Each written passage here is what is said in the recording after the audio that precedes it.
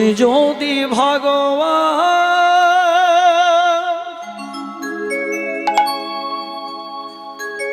ভক্তের প্রাণ,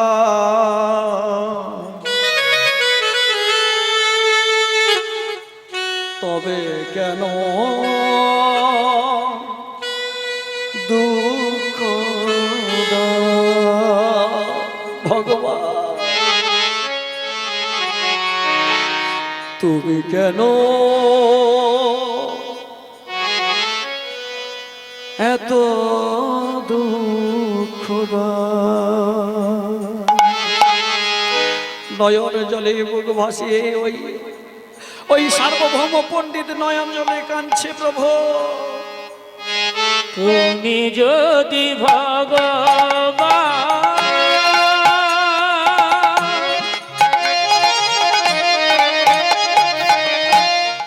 ভক্তের প্রাণ, তবে কেন এত দেখরা ভগবান। নিতাই গৌর হরিবল হরিবল হরিবল। এত ব্যথা তুমি যদি ভগবান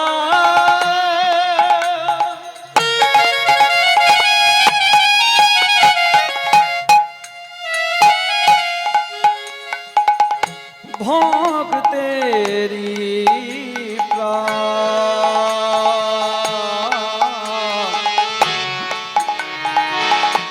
তবে কেন এত ব্যথা ও গো ভগবান,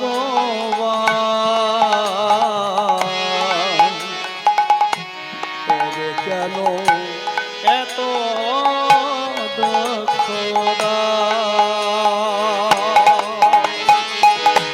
তুমি যদি ভগবান নিতাই গৌর প্রেমানন্দে হরি বল।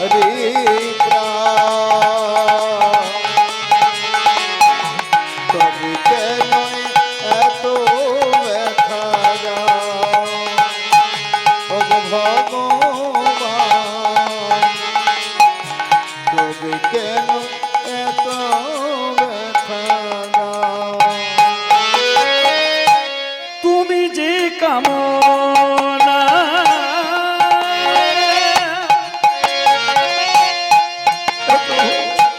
তুমি যে বাসনা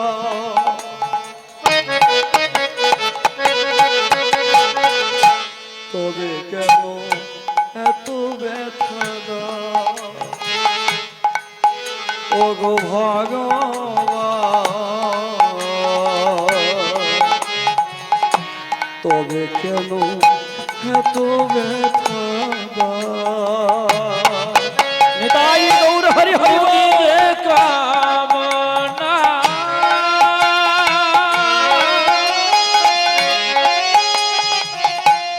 তুমি যে বাসনা,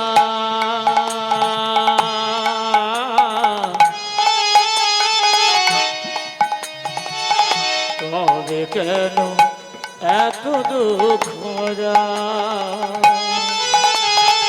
দয়া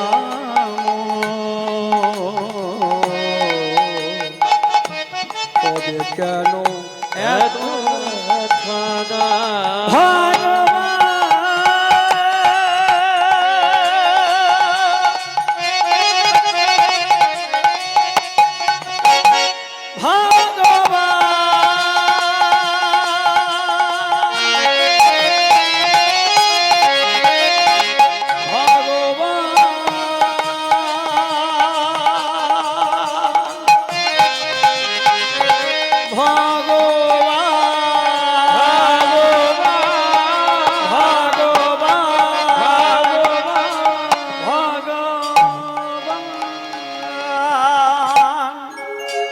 যখন ওই সার্বভৌম পণ্ডিত চোখের জলে বুক ভাসিয়ে ওই দরজা জানলা বন্ধ করে দিয়ে নয়ন জলে ভাসছে,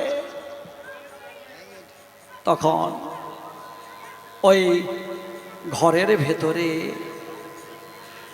সেই ভগবান গৌরহরি তিনি তার রূপ দেখালেন সার্বভৌম পণ্ডিতকে। সার্বভৌম, কে কে কে ডাকলো আমার? আমি যে তোমার ওই ইষ্ট দেবতা। দেখো দেখো সার্বভৌম, আমি কে? সার্বভৌম পণ্ডিত দেখলেন যে সেই ত্রেতা যুগের রাম রূপে এসেছে, সেই দাপর যুগের কৃষ্ণ রূপে এসেছে, আর সেই কলি যুগের ভগবান গৌরহরি রূপে দেখা দিলেন সেই ষড়ভুজ মূর্তি রূপে। যখনই ওই ষড়ভুজ মূর্তি রূপে দেখালেন, তখন ওই সার্বভৌম পণ্ডিত বলতে লাগলেন, প্রভু প্রভু তুমি যখন এসেছো একটু কৃপা করে দাঁড়াও প্রভু। আমি তো 80 বৎসর বয়স হয়ে গেছে আমার, তাহলে যদি কোনোদিন না কোনোদিন আমার বিস্ফোরণ হয়ে যায় প্রভু, তাহলে তুমি একটু দাঁড়াও প্রভু। আমি তোমার ওই রূপের ছটাটা আমি আমার এই ভাঙা দেওয়ালে অঙ্কন করে রাখি। তাই সার্বভৌম পণ্ডিত সেই ভাঙা দেওয়ালে ওই ষড়ভুজ মূর্তিকে অঙ্কন করে রাখলেন। জয় নিতাই। মায়েরা, এখনো কেউ যদি ওই জগন্নাথ অর্থাৎ পুরীধামে যান, দেখবেন বাবা শ্বেতগঙ্গা, সেই শ্বেতগঙ্গার ধারে একটি ভাঙা দেওয়াল রয়েছে, ওই সার্বভৌম পণ্ডিতের কুটির রয়েছে। আর সেই কুটিরে এখনো দেখা যাবে যে সার্বভৌম পণ্ডিতের সেই নিজের হাতের লেখা অঙ্কিত সেই ষড়ভুজ মূর্তি। আর সেই সার্বভৌম পণ্ডিত বলতে লাগলেন, প্রভু প্রভু গো, আমার অহংকার তুমি চূর্ণ করেছো, আমার অভিমান তুমি দূর করেছো, আমার গর্ব তুমি দূর করেছো প্রভু। প্রভু আজ থেকে আমি আমার অহংকারের তুলিটাকে আমি বাদ দিয়ে আমি ওই ভক্তির তুলিকা নিয়ে লিখব। কি লিখব? তাই ওই সার্বভৌম পণ্ডিত লিখতে লাগলেন গৌরবাষ্টক। কি লিখলেন? গৌরবাষ্টক।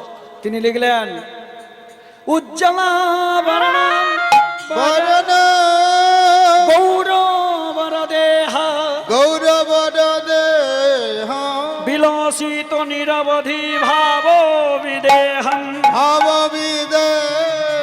ত্রিভুবন পাবন কৃপয়ালেশং তং প্রণমামি চ শ্রী সচিতনায়। তিনি লিখলেন আরো আরো বেশি বেশি করে লিখলেন। কি লিখলেন? গদ গদ অন্তর ভাব বিকারম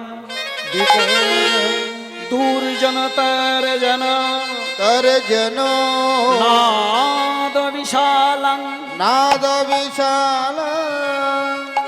তিনি লিখলেন, হে প্রভু, তুমি ভক্তের কাছে তোমার ভক্তির ভাব দেখো প্রভু, আর দুর্জনের কাছে তুমি দুর্জন ব্যক্তির মতো ব্যবহার করো প্রভু। তাই তং প্রণমামি চ শ্রী সচিতনায় তং প্রণমামি চ শ্রী সচেতনায় তং প্রণমামি চ শ্রী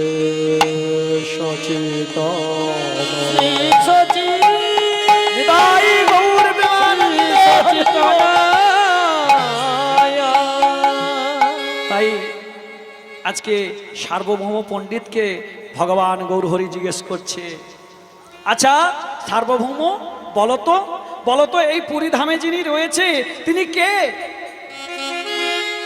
সার্বভৌম পণ্ডিত বললেন, প্রভু তুমি সব জানো, কিন্তু তবুও ভক্তের বদন দিয়ে শুনতে ভালোবাসো, তাই না?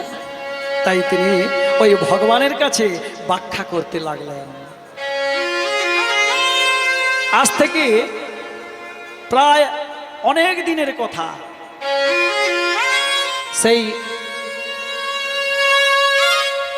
অবন্তী নগরে সূর্য বংশের ঘরে এক প্রত্যক্ষ রাজা, প্রখ্যাত রাজা, তিনি ছিলেন কি না, তার নাম ইন্দ্রদ্যুম্ন রাজা। সেই ইন্দ্রদুম্ন রাজা কি ছিলেন? ধার্মিক ছিলেন, জ্ঞানবান ছিলেন। প্রজাদেরকে পুত্রবৎ মনে করে তিনি সেবা অর্চনা করতেন, তিনি তাদেরকে ভালোবাসতেন, রাজ্য পালন করতেন, শত শত অশ্বমেধাদি যজ্ঞ করতেন, তিনি ভগবানের নাম চিন্তা করতেন। তাই কি বললেন না, সার্বভৌম তিনি ওই ভগবানের কাছে বলতে লাগলেন, কি বলছেন? ইন্দ্রদুম্ন নামে রাজা পরম মহা ইন্দ্রদুম্ন নামে রাজা। নিতাই গৌর হরিব।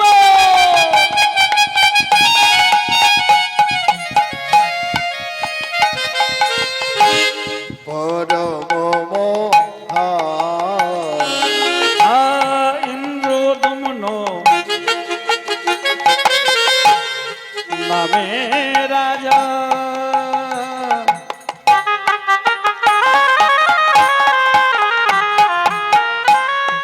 পরম মহা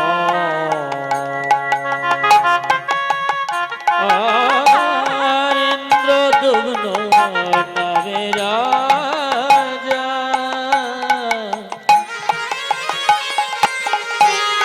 পরম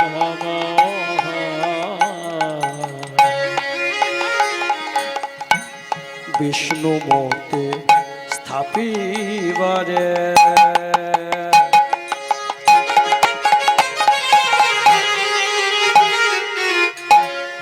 বিষ্ণু মতে স্থাপিবারে করয়ে চিন্তা ইন্দ্রদুম্ন নামে রাজা পরম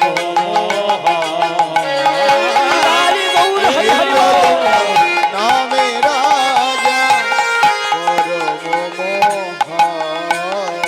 রাজা নয়ন জলে ভেসে যায় রে, নয়ন জলে ভেসে যায় রে রাজা নয়ন জলে ভেসে যায় রে, রাজা নয়ন জলে ভেসে যায় রে সদাই কৃষ্ণ কৃষ্ণ কৃষ্ণ বলে নয়ন জলে ভেসে যায় রে, সদাই কৃষ্ণ কৃষ্ণ কৃষ্ণ বলে নয়ন জলে ভেসে যায় রে সদাই কৃষ্ণ কৃষ্ণ কৃষ্ণ বলে নয়ন জলে ভেসে যায় রে, রাজা কৃষ্ণ কৃষ্ণ কৃষ্ণ বলে আজ হা গোবিন্দ হরি বলে, কৃষ্ণ কৃষ্ণ কৃষ্ণ বলে হা গৌর বলে, কৃষ্ণ কৃষ্ণ কৃষ্ণ বলে হা গৌর বলে, রাজা নয়ন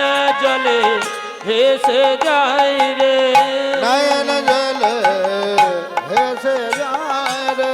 বিষ্ণু প্রতিষ্ঠা করবার জন্য ওই ইন্দ্রদুম্ন রাজা কি করলেন? শতমেধাদি যজ্ঞ শুরু করলেন। কিন্তু শতমেধাদি যজ্ঞ করলো, অনেক দান ধ্যান করলো, কিন্তু তার মনে কোনো শান্তি লাগলো না, শান্তি ছিল না।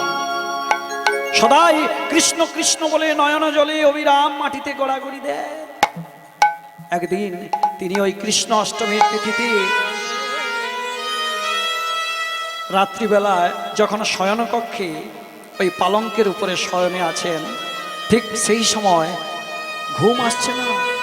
হঠাৎ হঠাৎ যেন তার শিয়রের কাছে কে যেন বলে উঠল, শোনো শোনো ইন্দ্রদুম্ন, শোনো শোনো ইন্দ্রদুম্ন ভকত আমার, ভকত আমার জন্মে জন্মে বাধ্য আছি, বাধ্য আছি আমি যে তোমার, আমি যে তোমার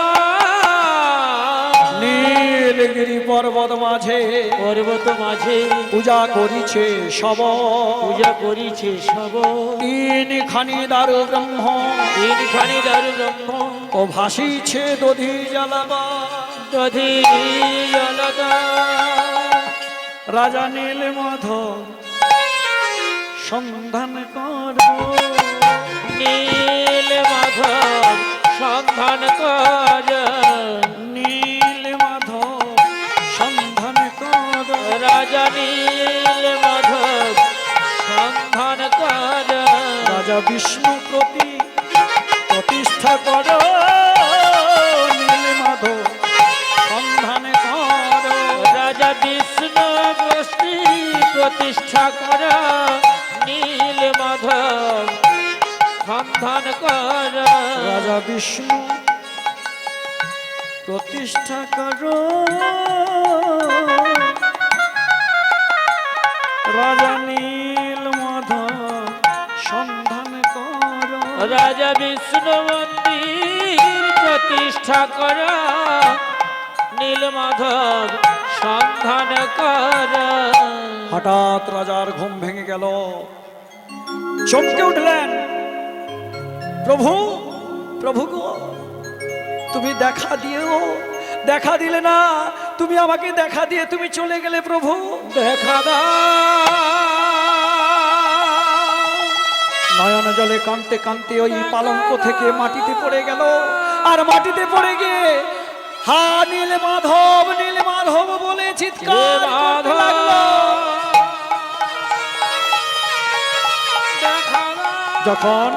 যখন নীল মাধব বলে চিৎকার করছে,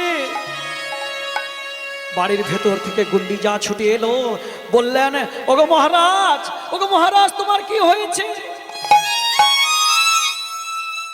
আমার নীল মাধব কোথা নারায়ণ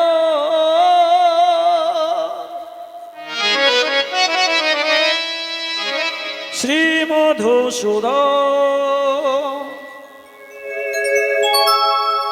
দেখা দাও অভাগা,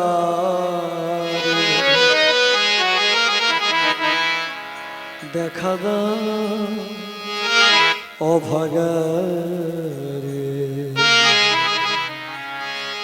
কোথা নারায়ণ হরি বল হরি বল হরি বল।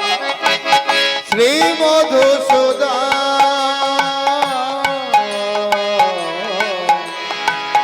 দেখা দাও ও ভাগা,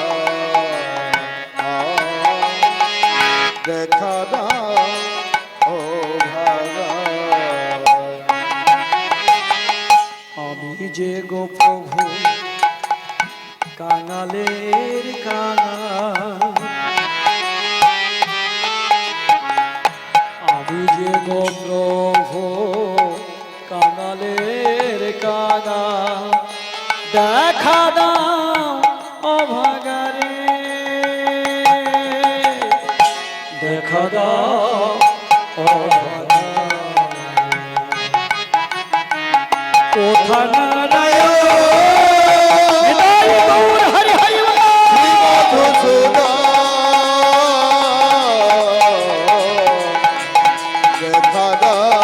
দেখা দাও ও ভাগা রে, দেখা দাও ও ভাগা রে।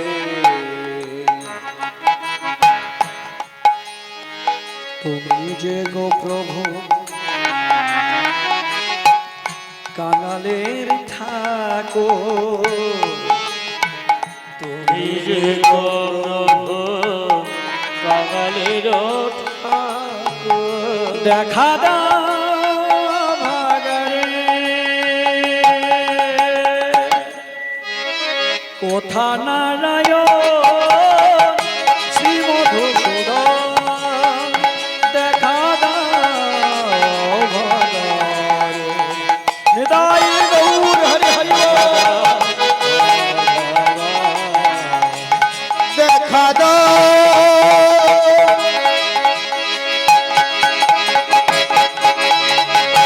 আমায়, দেখা নিতাই গৌর হরি হরি হরি হরি দেখা দাও নারায়ণ নারায়ণ আমায় একবার কৃপা করে দেখা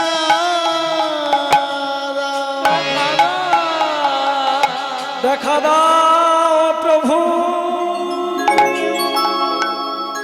নয়ন জলে যখন ওই মাটিতে গড়াগড়ি যাচ্ছে, তখন হঠাৎ একজন এসে বলছে, মহারাজের জয় হোক। মহারাজ, তোমার কি হয়েছে? ওই ইন্দ্রদুম্ন রাজা যখন ওই মাটিতে গড়াগড়ি যাচ্ছে, তখন রাজপুরোহিত তিনি এসে বলছেন, মহারাজ তোমার কি হয়েছে? আজকে তোমার কি হয়েছে? তুমি এইভাবে মাটিতে গড়াগড়ি যাচ্ছ। ওগো ওগো, আমার আমার নীলমাধবের সন্ধান কেউ দিতে পারবে? মহারাজ, একজনেই সন্ধান দিতে পারবে। সে কে? তাকে নিয়ে এসো। সে হলো আমার ভাই বিদ্যাবতী। কোথায় কোথায় সে কোথায়? এই যে আমার ভাই বিদ্যাবতী। আর সঙ্গে সঙ্গে বিদ্যাবতী এসে বলছে, মহারাজ, ও তোমার নাম বিদ্যাবতী? আচ্ছা আচ্ছা, তুমি আমার নীলমাধবকে খুঁজে নিয়ে আসতে পারবে তো? মহারাজ, আমি চেষ্টা করব মাত্র। যদি নীলমাধব সে যদি কৃপা করে দর্শন দেয়, তাহলে হয়তো আমি তাকে খুঁজে পেতে পারি। বেশ তো। আর যদি তুমি আমাকে খুঁজে দিতে পারো, তাহলে তোমাকে ওই 1টি গ্রাম আর 2 লক্ষ স্বর্ণমুদ্রা তোমায় আমি দান করে দিই। বিদ্যাবতী মনে মনে চিন্তা করলেন, আমার ওই 1টি গ্রাম 2 লক্ষ স্বর্ণমুদ্রা চাই না। যদি আমি নীলমাধবের দর্শন পাই, তবে আমার নরজনম ধন্য হবে। যদি আমি নীলমাধবের সন্ধান পাই, তবে আমার নরজনম ধন্য হবে। চাই না তোমার ওই 1টি গ্রাম আর 2 লক্ষ স্বর্ণমুদ্রা চাই না।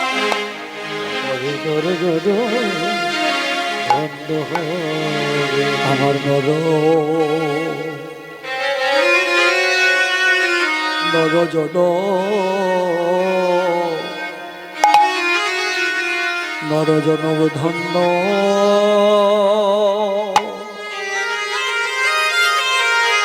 নরজনম ধন্য হবে।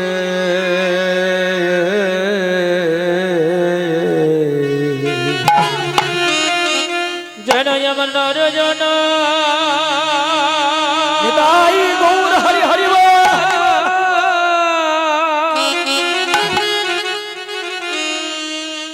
মহারাজ ধন্য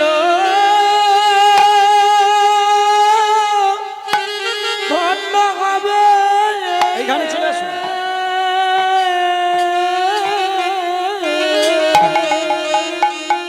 যদি আমি নীলমাধবে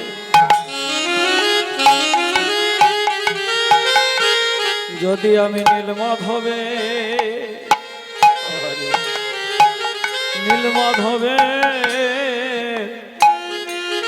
সন্ধান পাই,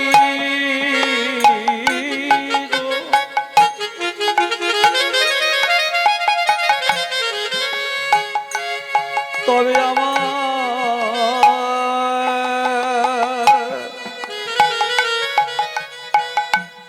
আমার নরজনম ধন্য হবে।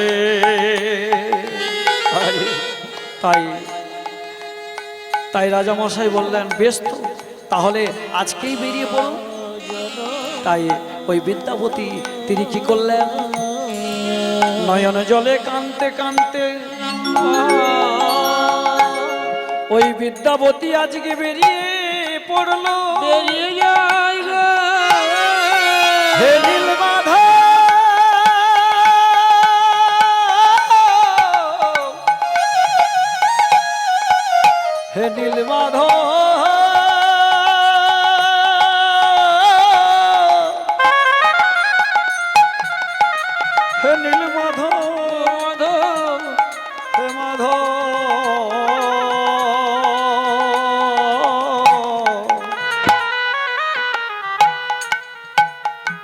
জন নর জন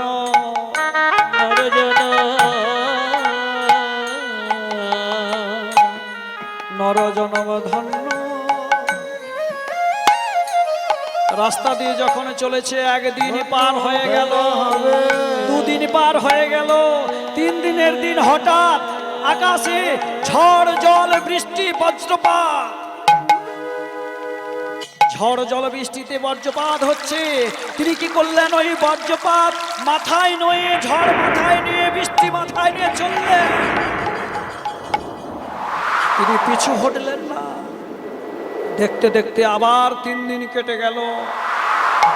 আর যখন 3 দিন কেটে গেল, দেখলো হঠাৎ ঝড় জল বৃষ্টি হঠাৎ করে থেমে গেল।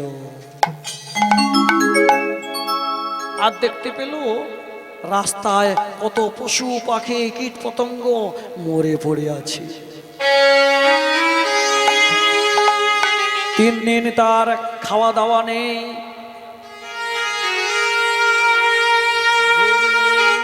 জয়নিতাই, হরে কৃষ্ণ। দাদা ভাই, আচ্ছা এইখানে মিলন করে দেবো নাকি? কাকে নিয়ে কীর্তন হবে? মানে আপনি সেবা করে এলে হবে নাকি? হরিনাম কৃষ্ণ নাম বড়ই মধুর, যেই জন কৃষ্ণ ভজে সে বড় চতুর। সে বড়ই চতুর। তাহলে হরিবাসরে যদি ভক্ত যদি না থাকে, ভগবানের কথা বলে লাভটা কি? কে শুনবে? শুনবে কি? বলে বাবু তুমি এত কীর্তন করলে, এত ভগবানকে নিয়ে এলে, এত ভক্তকে নিয়ে এলে, কিন্তু কীর্তনাদি শুনলে না, লাভটা কি হবে? এই নামযজ্ঞ করলেন, কার কত আনা পুণ্য সঞ্চয় হবে? ঠিক, যিনি মালিক বাবু রয়েছেন, কর্তা বাবু রয়েছেন, তার কত আনা পুণ্য। যারা এখানে কীর্তন করতে এসেছেন তাদের কত আনা পুণ্য। যারা কীর্তন শুনতে এসেছেন তাদের কত আনা পুণ্য হবে।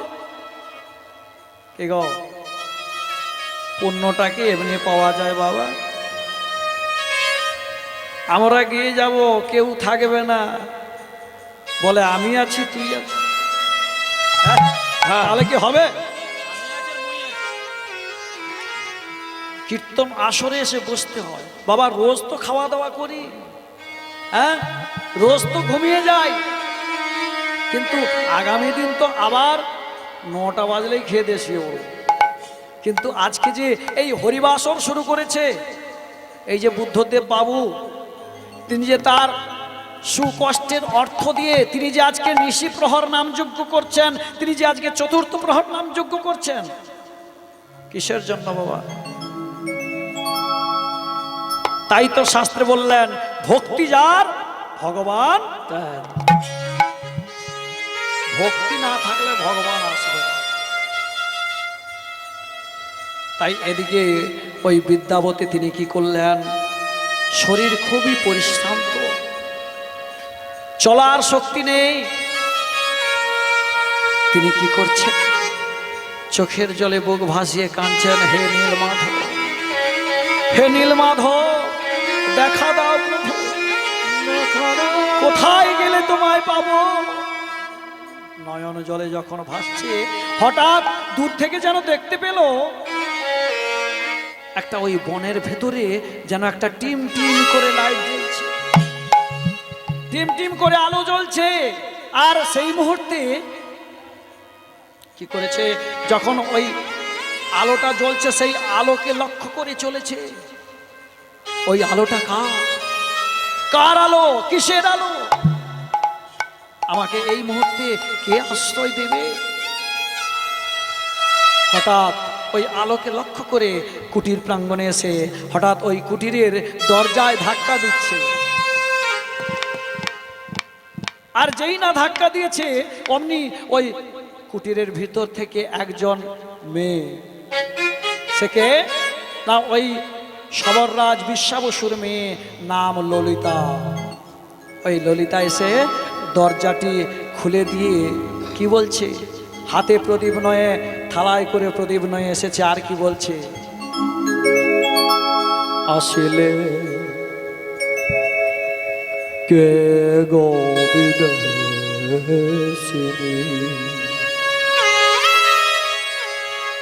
বিদেশিনী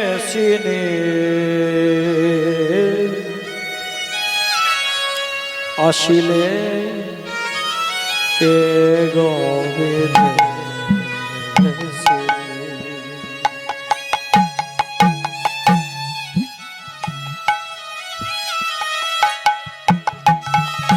দাঁড়ালে আগে না প্রদীপ হাতে করে নিয়ে এসে দরজা খুলে বলছে আসিলে কে গো বিদেশিনী আসিলে কে গো বিদেশিনী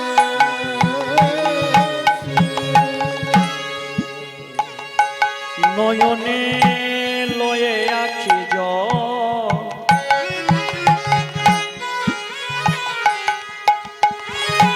হাতে ফুল মালা নয়ে আসিলে আসিলে কে গো বিদেশিনী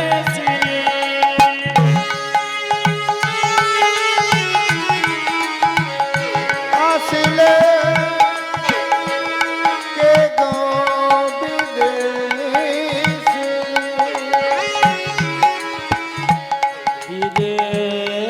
বিদেশিনী বাবা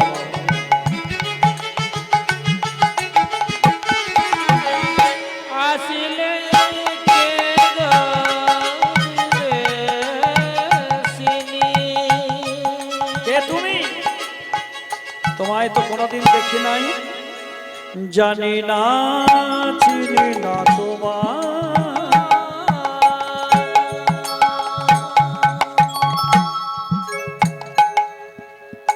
কেমনে ঘরে দেব ঠাই অমনি আসে তো সবাই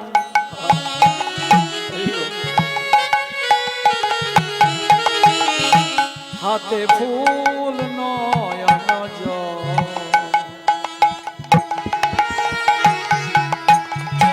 আসিলে কে গো বিদেশিনী আড়ালে মোর আগে না আসিলে কে গো বিদেশিনী আসিলে কে গো বিদেশিনী আসিলে আসিলে আসিলে আসিলে কে গো বিদেশিনী কে তুমি আমি আমি সবররাজ বিশ্বাবসুর কন্যা নাম আমার ললিতা তুমি কে আমি আমি একজন ব্রাহ্মণ নাম আমার বিদ্যাবতী আর যখন এইভাবে কথা বলছে যখন এইভাবে কথা বলছে তখন ওই বাড়ির ভেতর থেকে বিশ্বাবসু বলে উঠলেন বেটিয়া ও বেটিয়া তুই কাহার সঙ্গে কথা কইছিস বটে বাবা আমাদের বাড়িতে একজন ব্রাহ্মণ এসেছে ওরে বেটিয়া ব্রাহ্মণ এসেছে আর তুই বাইরে দাঁড় করিয়ে তুই তার সঙ্গে কথা বলছিস তুই না সবররাজের কন্যা কি গো মা অতিথি বাড়িতে এলে কি করতে হয় হ্যাঁ দাঁড় করিয়ে রাখতে হয় কি করতে হয় বসতে আসন দিতে হয় তার পদধৌত গুলো করিয়ে দিতে হয় কি তার দুটি পদধৌত করিয়ে দিতে হয় কিন্তু আমরা কি করি বলে ও দাঁড়িয়ে আছে কি হয়েছে তাহলে অতিথি আপ্যায়ন করার দরকার এদিকে কি করলেন ললিতা বললেন আসুন আসুন বাড়ির ভেতরে আর ওই বেদজ্ঞ ব্রাহ্মণকে দেখে বিশ্বাবসু সম্বর্ধন করছেন। উঠে দাঁড়ালেন আর সঙ্গে সঙ্গে বিদ্যাবতীকে বললেন, বসুন বসুন, আপনি যে এত বড় ব্রাহ্মণ, বেদজ্ঞ ব্রাহ্মণ, আজকে আমাদের যে পর্ণকুটিরই আপনার চরণ ধরে পড়েছে, এ তো আমাদের পরম সৌভাগ্য।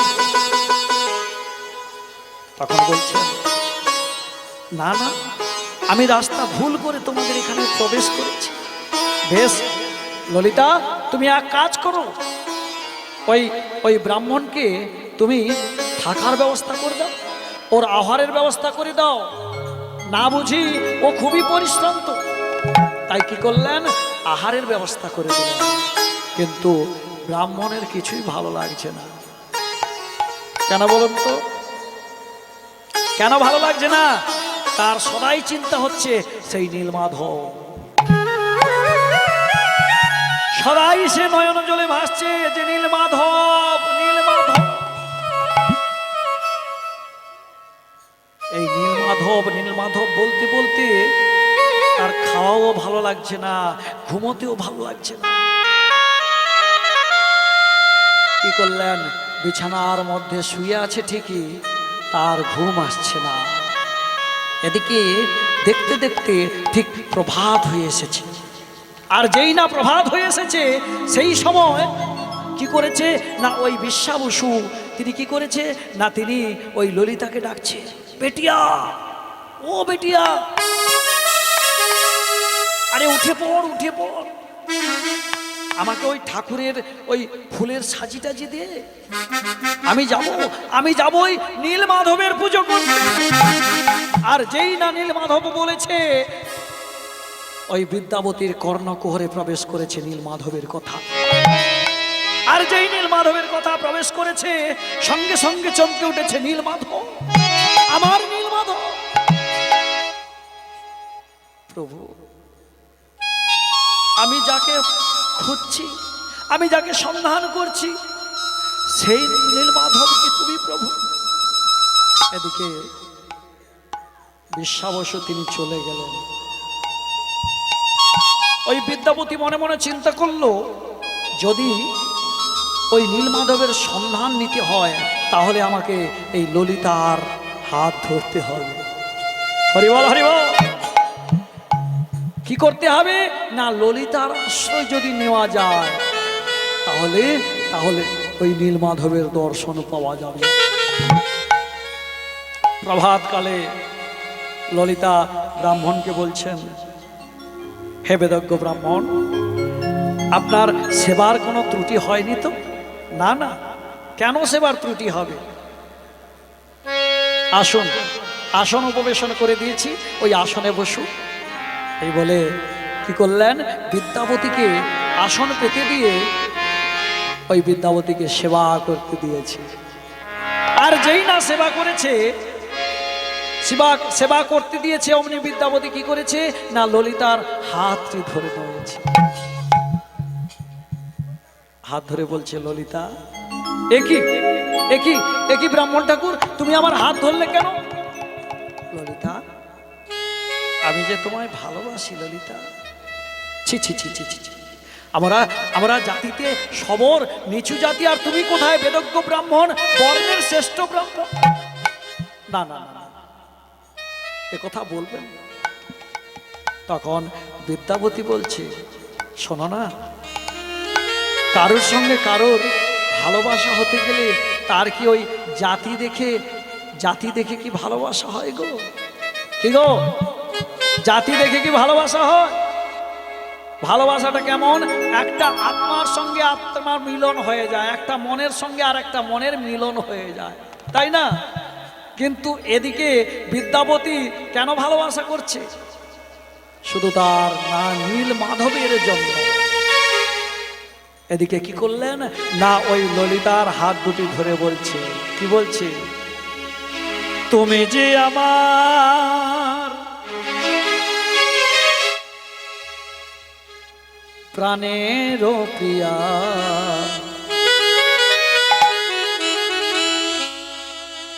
কি দিয়ে তোমায় ভালোবাসা ভালোবাসবো। ললিতা কি দিয়ে তোমার ভালোবাসবো, তুমি যে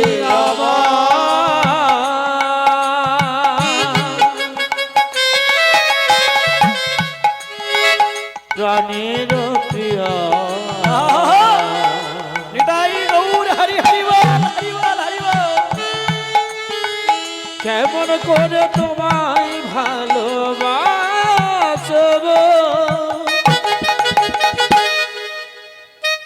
কেমন তোমায় ভালোবাসবো। ললিতা তুমি যে আমার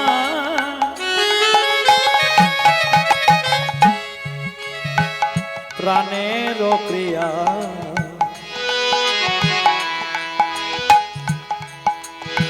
কি দিয়ে তোমায় ভালোবাসবো প্রিয়া, কি দিয়ে তোমায় ভালোবাসবো, তুমি যে আমার প্রাণের প্রিয়া, নিতাই গৌর হরি হরি বল, হরি বল, হরি কি বল। দিয়ে তোমায় ভালোবাসবো, কি দিয়ে তোমায় ভালোবাসবো। হৃদয় আসনে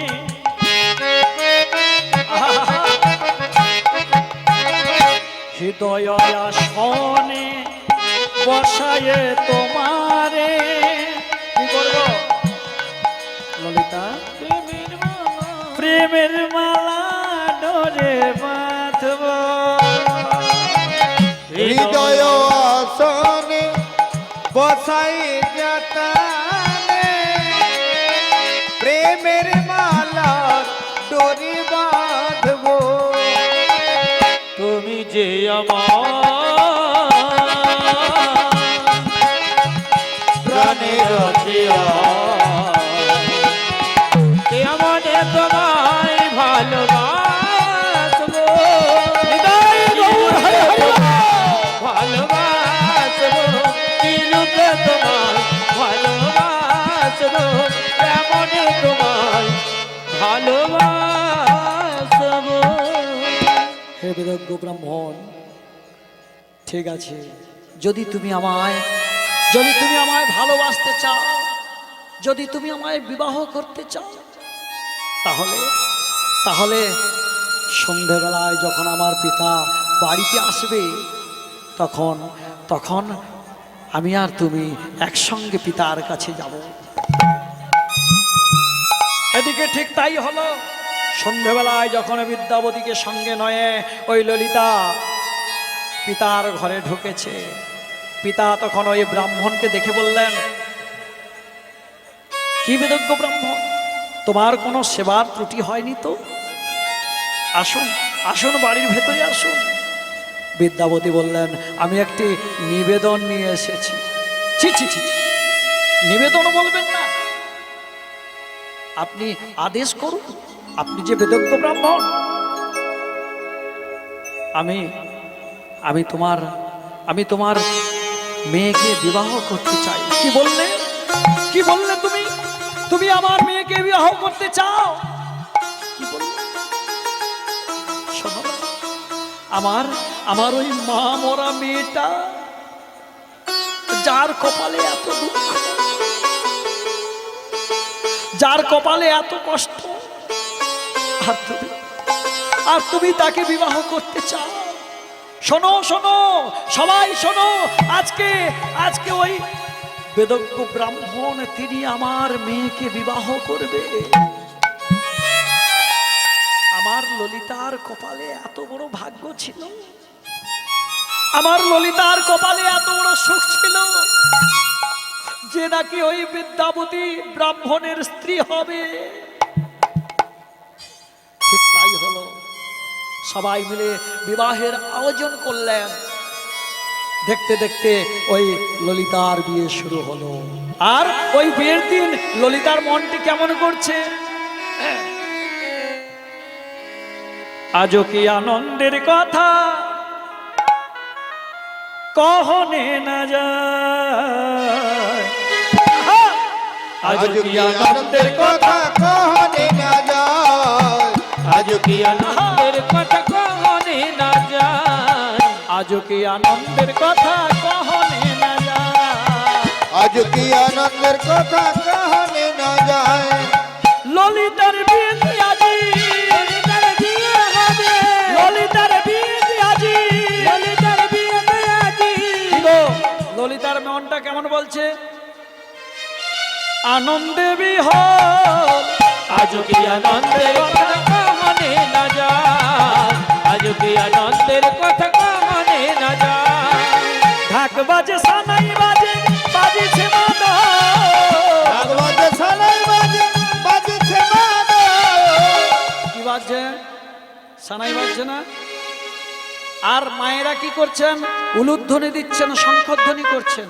একটু উলুধ্বনি দেন, পারবেন না? ঠান্ডা লাগছে বলে করতে পারছেন না? ওরে বাবা, আহা! টা টা টা টা রা টা টা, টা রা টা টা।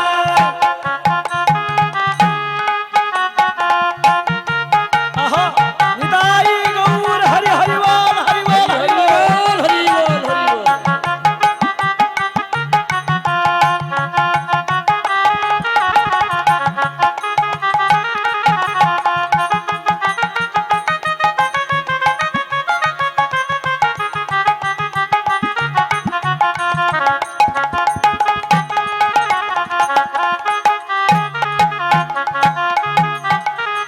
ঢাক বাজে সানাই বাজে বাজিছে মাদল।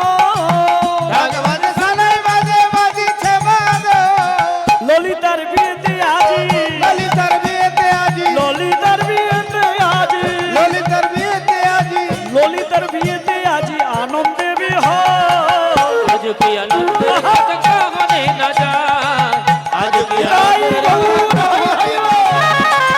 আজ কি আনন্দের কথা কহনে না যায়। একটা দিন, দুটো দিন, তিনটে দিন হয়ে গেল।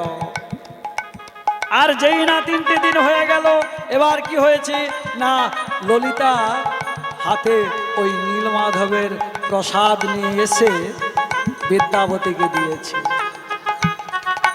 আর যেই না বিদ্যাবতীকে দিয়েছে, বিদ্যাবতী কি বলছে? আস্তে, বিদ্যাবতী কি বলছে? আচ্ছা ললিতা, বলো তো, বলো তো তুমি আমার কে হও? বাহ, এ কথাটাই আমি বলতে পারবো না? তুমি যে আমার স্বামী হও, আর আমি যে তোমার কাছে সহধর্মিণী। কি বললে? সহধর্মিণী? সহধর্মিণী মানে জানো? সে কথা বলতে পারবো না, এ তো সাধারণ কথা। কি কথা? না, যে ধর্মের সহায়তা করে তার নাম সহধর্মী। বেশ বেশ, আমি খুবই আনন্দিত, আমি খুবই আনন্দিত। আচ্ছা ললিতা, তুমি আমার এই এত চিৎকার চেঁচামেচিতে কি গান হয়? আসরে যদি এত চিৎকার চেঁচামেচি হয়, গান হবে? বেকার হয়ে যাবে। আমি বকতে থাকবো, আপনি হ্যাঁ? আপনারা লক্ষ্য রেখেছেন? বাহ, নিতাই গৌর প্রেমানন্দে। হরি হরি বল। সহধর্মিণী কাকে বলে?